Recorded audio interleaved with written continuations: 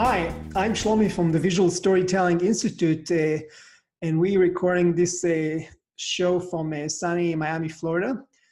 And the topic for today is very special. Typically, I bring experts from different disciplines of visual storytelling, from video, images, infographics, virtual reality, and whatnot. But today, I want to do something different and share with you the journey from the client perspective. So today I have a very special guest that I had the great honor to work with and collaborate with. And his story is something that really moved us in a big way. And he's going to share his journey, and as part of his process, what he went through working with us and as part of building his business. And this way you can get kind of a double benefit today, both understanding of how visual storytelling is actually implemented in practice, and also get real testimonial from a business that is making its first steps, making a community change. Those businesses we called social impact pioneers. And just a little bit of background about this. I met Steve Dutton I was running a visual storytelling masterclass at the Idea Center at Miami-Dade College. He was one of the participants. And typically we kind of break the group into teams. Every team works on a different product. And at the end, we ask participants to share their output. So Steve's team picked to focus on his story, on his movement. And the story that you're going to hear today is going to blow you away, because we were blown away completely when we heard it the first time. And that's what really started our collaboration today. So with that, I would like to welcome Steve Dutton to the Visual Storytelling Today show. Welcome, Steve. Thank you, Shlomi. Excellent. I'm pleased to be on. Wonderful. And just to get our audience up to speed, could you share a little bit about your backstory and, how you arrived to start your business, just so people can understand what was your kind of inciting incident, so to speak, that drove you into action? Yes, I will. Shlomi, I moved to Miami from Texas, from Dallas-Fort Worth in 2013. I was retired, married, my same-sex partner and husband, and I retired the same day. And following a cruise around the world for 4 months, we moved into our new home here in downtown Miami. Really excited. The next 3 years were spent mostly traveling. I'd say 7 or 8 months of the year, we were on a cruise ship somewhere in the world, whether it was Antarctica or Asia or wherever, enjoying our retirement. Well, one morning, because when we were home, each having dogs, we would take our dogs for a walk, and it ended up where we were having coffee in front of a restaurant in downtown Miami. Imagine this, 8 o'clock in the morning, we're sipping coffee, and we see this man across the street clearly in distress, screaming in obscenities at everyone who's walking by, as he was aggressively panhandling for money. And after a few minutes, Tom and I agreed we needed to do something. We needed to report this because he clearly was in distress. We wanted to help, if nothing else, but we wanted to provide a safer situation and not a worsening situation in downtown. Yeah. So I took a photograph, tried to be discreet with my cell phone. And right. If you've ever done that, you know how hard it is, especially with palm trees as your landscaping in downtown Miami. It's kind of hard to hide. As I took the photograph, he saw me and he came across the street to attack us. And he picked the smaller of the two of us, my husband, and he shoved him as he ran into him. Oh, wow. And Tom was yelling, "Leave us alone." And the man shoved him. Tom hit the ground backwards. He couldn't stop his fall. It led to his death 2 days later. That's I was incredible. so unprepared for this. Who would be? Yeah. And after coming out of grief and anger, frankly, at the city, why was the circumstance such that this could have happened? It led to several months of looking at what was being done to provide services for the homeless, the unsheltered on the streets. And within the next year, frankly, I was volunteering at the Homeless Trust, which is our major entity that funds services for the homeless. I'd gotten to know people at the city, at the county, and whatever. And among the gaps that I saw that were leading to a worsening situation with more and more people being unsheltered and remaining on the street was the fact that our outreach, the technology they were using was an old technology. It was a hotline card asking people, in this case, persons on the street, to call a number. Well, the reality of that today is that it's not an effective way to begin outreach. And so with technology advancing as quickly as it has, I conceived of a better way. And so it led to my creating an organization called Avenue 3 Miami. And there are 3 specific goals of this organization. One is to take the 2-block street that is right outside our home, which is where, in fact, the attack happened, at the corner of that 2-block street and a major street that we had been on that morning having coffee, and transform that, make it a more pedestrian-friendly, a much more of a destination street.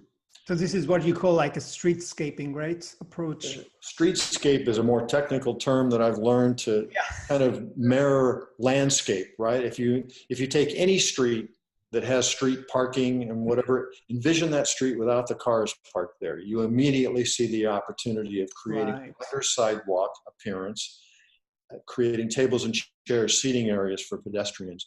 It's a 2-block street. It's one way. It can't be closed because it is used early in the morning for delivery, for garbage pickup, for that type of thing. Yep. So let's share it, but let's emphasize the use by pedestrians to create a greater destination feel.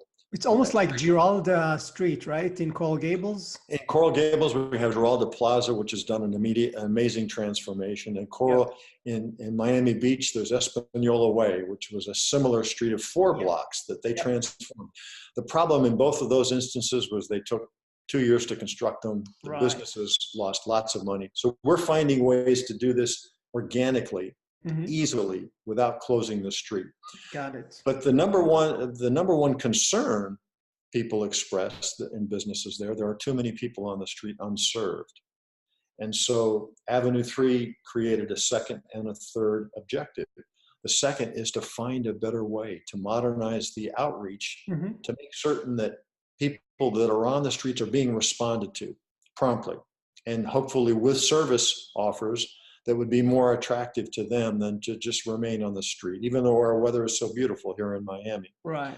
The third objective is to recognize that among persons who are on the streets, living on the streets, are criminals. People that, for whatever reason, their criminal lives, mental illness, drug addiction, whatever it may be, they've decided to use living on the streets as an easy means of creating an opportunity for them, but that harms the general population. So by copying something that American cities have done for years, neighborhoods have done for years, creating a neighborhood watch, we can actually better protect the community and help the police. So this is basically community involved in. Correct. Right. When you think about downtown urban situations, they're not like it is in the suburbs where you have homes next to each other. We live on top of each other in high-rise buildings with 50, 60, 70 stories, hundreds of units, thousands of people. Absolutely. So we've got to find better ways to create that community feeling and that adoption by volunteers to be involved in a neighborhood watch. So those 3 somewhat disparate goals actually are all part of the same goal, and that is to create a safer and healthier neighborhood for persons who live in downtown communities. This can be a model for cities across the country. We believe strongly that Miami can lead the way, can set as an example a new strategy. Our numbers aren't horrible. We don't have thousands of people, as they do in many cities across the USA, living on the streets, but we do have upwards of 1,000 people in our city that need to be better served. So Steve, can you tell us a little bit about exactly, how the collaboration with VSI, the Visual Storytelling Institute, started? I was intrigued when I learned of VSI by email one day. I think it was something that your company had sent out as an advertisement to this opportunity at the Idea Center to learn about a program you were launching at the college. So I went that day. I arrived late. I was pleased that you graciously allowed me to join in, and I sat down at a table with 5 or 6 relatively young college-age students who were learning about the process of visual storytelling. Because of my background, my life's experience or whatever, I was quickly able to see the opportunity that visual storytelling presented these students, and I was able to quickly catch up. Well, as I did, you called out the objective, and that was for each table to decide upon a story. Being the shameless person that I can sometimes be, I volunteered my story as a way to get these young people thinking, and they all got excited when they heard the background of my story about the impact that we might make together in homelessness. And so that's what started it. Well, as you remarked at the outset of this blog, you were impressed with how excited our table became trying to answer the problem of my story. Oh yeah, it completely changed the atmosphere, I can tell you that. Absolutely. And so afterwards, we talked. Ironically, about a month before, I had been granted some funding from the Downtown Development Authority, who likewise believed in my story.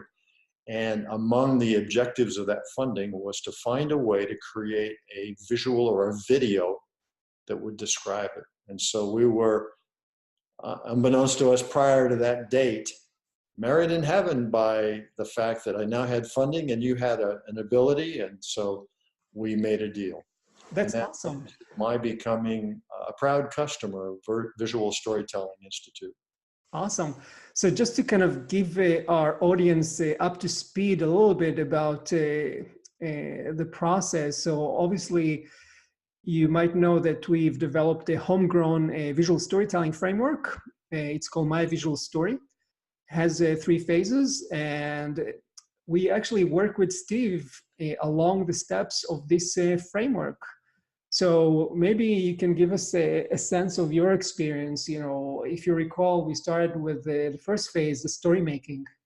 Yeah, I recall, and again, having sat with these students to learn the process a little bit at that first night we met, I understood it almost immediately, because I recognized that in any story that you want to tell, there has to be, there's several things at play: a beginning, a middle, and end. You want to be certain that your story ends with a call to action or a result that you really are after. Yep. But in terms of framing or envisioning how to tell the story, it's important that you recognize the audience that will be eventually looking at the video and listening to the story. Yep. That we all have different needs. We all have different objectives. And so you called upon us to develop a strategy for each persona. And persona is such a universal term. It can refer to individuals. It can refer to people in different lines of work. Yep. People with different backgrounds and different purposes. In your case, you had at least 3 segments, 3 personas, right? Absolutely. You've got people who own property downtown. Yeah. You've got leaders of city government that would be impacted by any strategy to change the outreach of homeless and to change the character of a streetscape. And you've got the people who live or work in that vicinity. So you want to think in terms of how do you tell your story to meet the objectives of these disparate, in some respects, personas, but Yeah, Yeah, absolutely. absolutely. And what we keep saying, and some of the message we shared with Steve is basically that he needs to treat his business story almost like a mirror. And a mirror, one of its great qualities is the ability to reflect the, the image of the person that looks at it. So in this case, Steve had three personas looking at his in his mirror, and our objective with Steve was to be able to authentically reflect back what they are trying to achieve, so they could see benefits in helping and supporting Avenue 3 Miami. Because at the end of the day, really what's important here is that a great business story is basically almost like a total eclipse between what the business wants, in this case, Avenue 3 Miami, and Steve talked about the three objectives, and what his buyer persona want. That overlap between the city councils, the homeowners, and the community professionals, and what Steve wants with his three objectives needs to be overlap. So what Steve wants and what his target audience wants is actually coming together.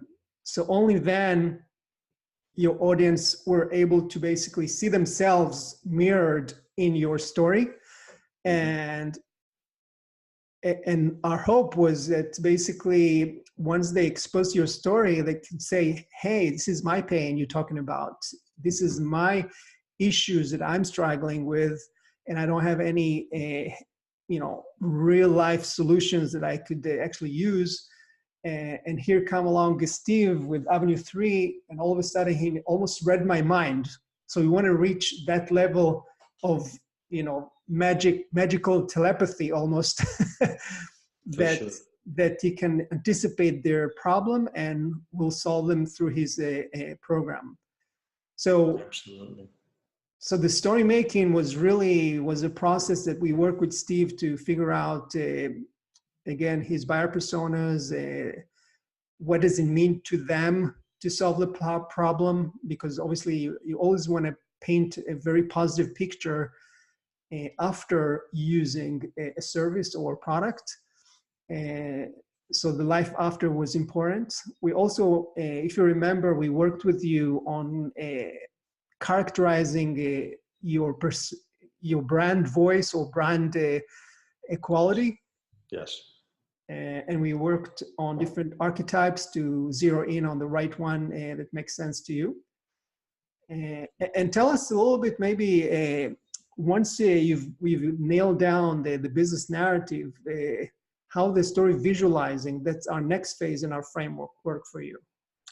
It was a real pleasure to work with Ville, the filmmaker, actually, and Daniela, I believe. Daniela, yep. Say it again. Daniela. Yeah, and to work with Daniela, who was amazing. They came to my place of business, and in one take, we were able to film the footage, the B-roll, if you will, that was used in crafting the ultimate video. And I'm pleased. I'm pleased with how it turned out. It was simple for me because Daniela had questions to ask me, as you're doing now, and I was able to answer them truthfully, and I was able to answer them with the emotion that I felt by the subject of those questions. And it was captured on the film. Ville is amazing. He was able to piece together an edit and create a visual storytelling of the birth and the activation and hopefully the success that will come from Avenue 3 Miami. No, absolutely. And what I really liked is the fact that you were eloquent, we all know that, but you were able to really convey a lot of emotions while you were telling the story. And I think that's something that, forget about the mission, about what you're trying to do. Most of the important elements in visual storytelling is being able to connect heart to heart, through emotions. And I think that story, and at least the fact that you are the protagonist and you were able to convey those, strong emotions, as you said, from despair, the lowest point in your life, and how you were able to turn it around and make it to something bigger and larger for the benefit of the community. That's incredible. I think that transformation that you shared in that video is incredible, and I think it really shows. Thank you. We were able to premiere the video at a major luxury theater in downtown just a few weeks ago as part of a film festival that was ongoing. Yep. They saw a trailer that was also made from the footage and were inspired enough to say to me that they wanted to include it as one of the new films that they were premiering as part of their film festival. And while the audience was relatively small, I'd say 40, 50 people, Yep. It was a standing ovation.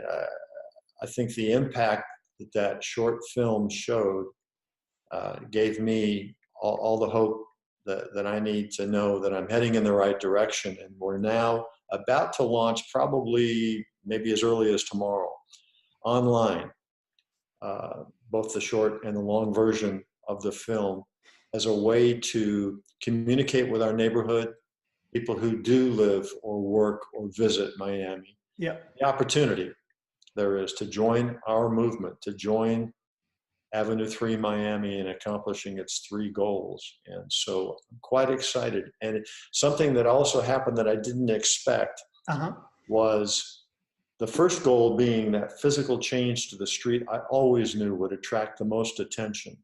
The second and third objectives, though, I was quietly working behind the scenes on launching, and many of the people that are already so interested and haven't seen the film yet, I think it's going to really magnify the importance of meeting those 2 objectives.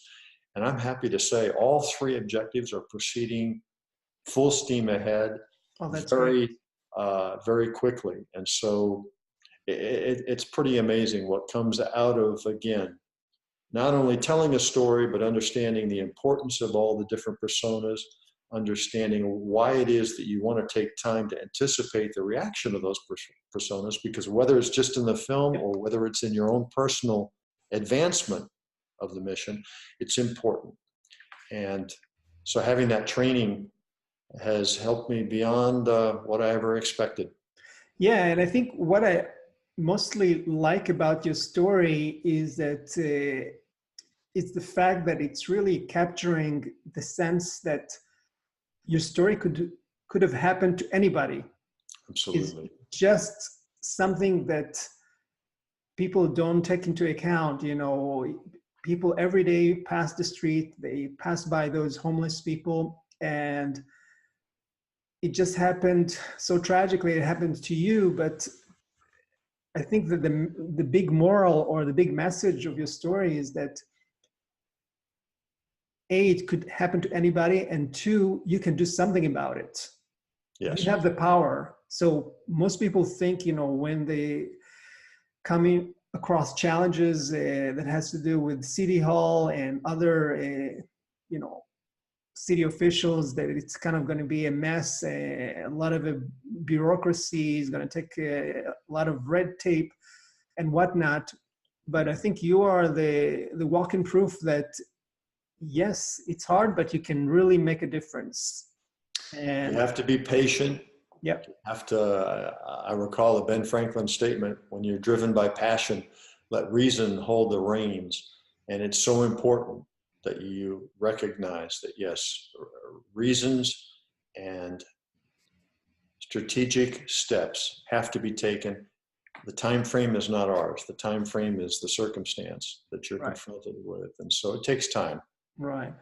And just a few words about the third phase of our framework, the storytelling. You briefly mentioned that tomorrow, the actual promotion is going to start. So for the folks listening or watching, the storytelling phase, it's our third phase in our framework. And it's all about, we call it where the rubber meets the road.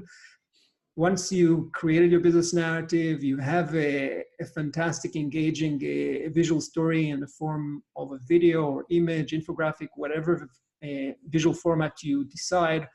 Now it's time to communicate those visual stories across channels and stages of the buyer's journey.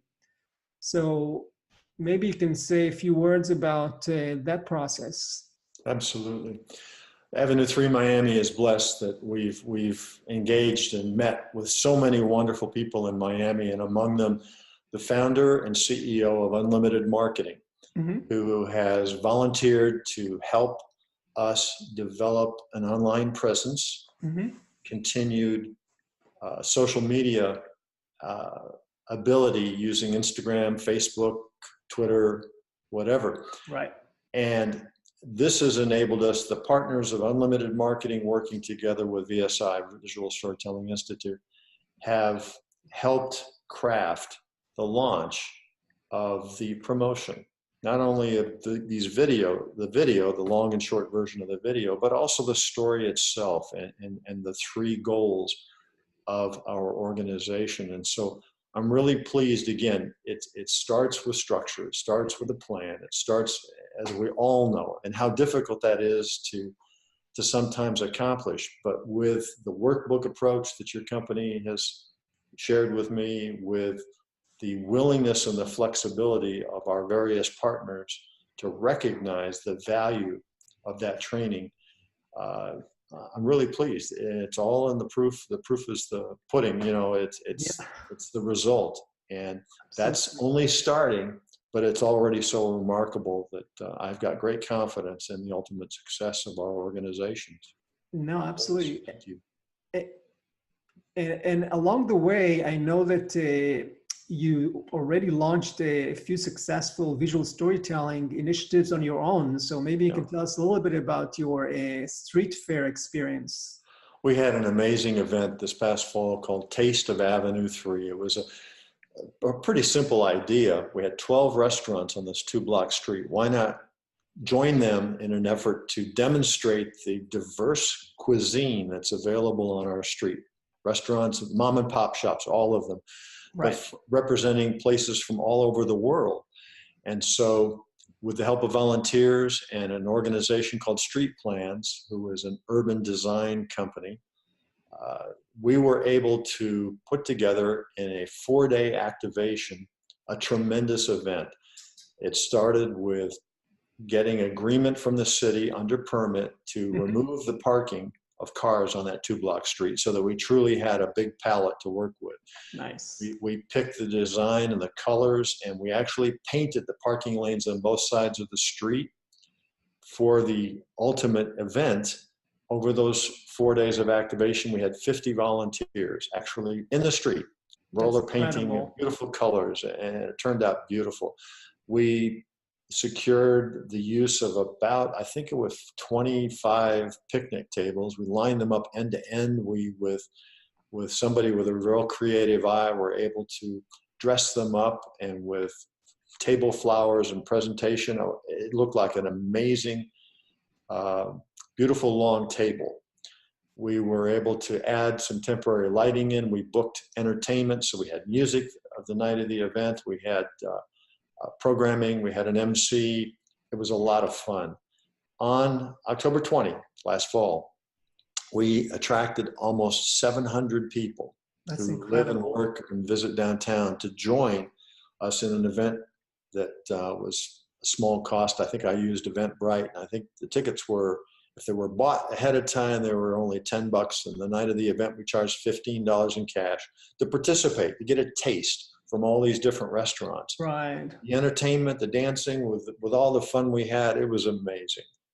And we will continue to do programming on Avenue 3 as we're organically activating physical changes, which will change the nature of the street, hopefully for a long time. But I think anyone who's done this kind of work knows it's a lot of work and volunteers and whatever. But again, having the ability to coordinate this all the while creating our story in a visual sense, it's been a great experience. No, I think you did a fantastic job there, because this is really the ultimate approach in visual storytelling, where you basically bring your target audience, in this case is the community members, and make them the protagonists of your story. So they're Yeah. not just bystanders, they actually have a role in bringing to life your vision of Mhm. how the end goal gonna look like once it's all said and done. But to do it Absolutely. for a nice interesting event that keeps them talking about your mission and seeing for themselves, firsthand what it could be. And then it's much easier to get people, support you on other initiatives from volunteer and whatnot. Absolutely. We've Yeah. now set up 4 standing committees. One is design, Hmm. one is marketing, one is stakeholder outreach. Again, identifying those personas and making certain that all of our efforts gear towards their agendas. And the fourth is events. And so I think the community is going to get excited as continued events occur and as the vision becomes clearer of what we want to accomplish. One day we'll look back, but it all started with telling our story in a very visual sense. Absolutely. It's been great. One thing I really also liked about your initiative is that, most organizations that try to solve the homelessness problem tend to kind of treat homeless people kind of a one size fits all, Right. and A they group don't. of people, as Yeah, though there's a demographic called homeless. yeah, they don't take into account there are different categories of homeless person, if you put them on a continuum of how severe their situation is.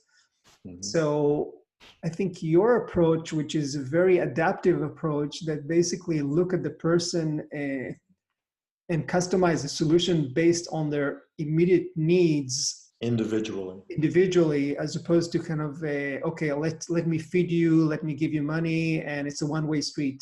So maybe you can talk a little bit about your unique approach, uh, specifically,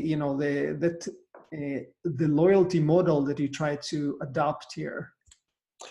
As all cities struggle with the worsening numbers of unsheltered persons, we can't forget that they're human beings first. They all have an individual story. Yeah. So it's important to reconnect to each individual story. At the same time, what motivates people to make changes in their lives? What motivates you and I Yeah. to do something that is positive? Well, I recalled that, I was chasing points to get the free drinks at Starbucks, or I was chasing, I was traveling sometimes on business when I was still working out of the way merely to gain a greater number of miles on the loyalty program I had with whichever airline I was flying, Right. or hotels or whatever. And so the mere concept of an exchange of rewards came to me one morning, that why aren't we creating that type of loyalty aspect with regard to persons living on the street? They're all in need, certainly, of something, and they typically are asking for cash or clothing or whatever. But the reality is that's not really changing anything for them. It's only encouraging them and enabling them to stay on the street. And so it dawned on me that through a modern outreach program, if we could couple it with an exchange of reward that could be set up not unlike what corporate America has proven successful, something that as changes in behavior occur, points are awarded. And That's so it's so mushroomed genius. now into something amazing. It's quickly been adopted, and it's quickly going to result in an ability for persons on the street to take charge of their lives again by changing behavior in small ways, accumulate points that can be exchanged for rewards, might be transportation, Yeah. might be the ability to go to stores and buy the clothes they'd like to buy, as opposed to just going to the shelter and getting a hand-me-down. Right. It might be picking the meal that they want to have. Many of them know that the importance of healthy food versus potato chips, which is Yeah. oftentimes the only result that they can afford. Absolutely. And so coupling it with that type of reward and also making it a community-wide response through Outreach Grid, which is the application we're intending to use in our pilot program. We're quite excited. That's awesome. Aspect of change. That's fantastic. No, I think this is a very smart move, and it's kind of redefine the relationship between officials and social workers and the homeless person. So this is fantastic. So just to close, do you have any kind of your best 3 tips for other people watching and listening to this show now that are about to start their own nonprofit organization? And what would you, based on your experience? I do. Those 3 steps. Number 1 certainly is to never lose the passion that you have that has caused you to want to be involved in something that is going to create change, positive change. Don't lose that passion. You're going to rely upon that on the roller coaster of life as things unfold. Number 2, don't under or discount the fact that using a workbook approach like Visual Storytelling Institute promotes as a way to ensure that the telling of your story, the impact that will result from your story is maximized. And number 3, as I said before, Ben Franklin said it well, when passion is your driver, reason must hold the reins. Let reason be the reins that you hold on to. You've got to always focus on the reasons for every step you take in advancing your cause and be patient. Be patient. The time is not, you're not in control of how quickly things will be able to result. But if you're persistent, you will change the situation you're trying to, and it will advance a more positive world. That's awesome. Couldn't, close with more optimistic words. So I'd like to thank you so much for your time today. It's been an amazing journey, and I'm sure we're going to collaborate in the future. And for the folks that would like to learn more about you, or if they have any questions, how can they contact you? Real simple. If you merely Google or use your browser to go to avenue3miami.org, O-R-G, you'll be led to our website, a beautiful site developed by Unlimited Marketing. And you will be linked thereby to the films that Visual Storytelling Institute helped create. And you can sign up if you'd like to be involved. It's all about making this a community-led effort. Thank you. Thank you so much for being with us today. And I hope to see everybody next time. Thank you, everybody.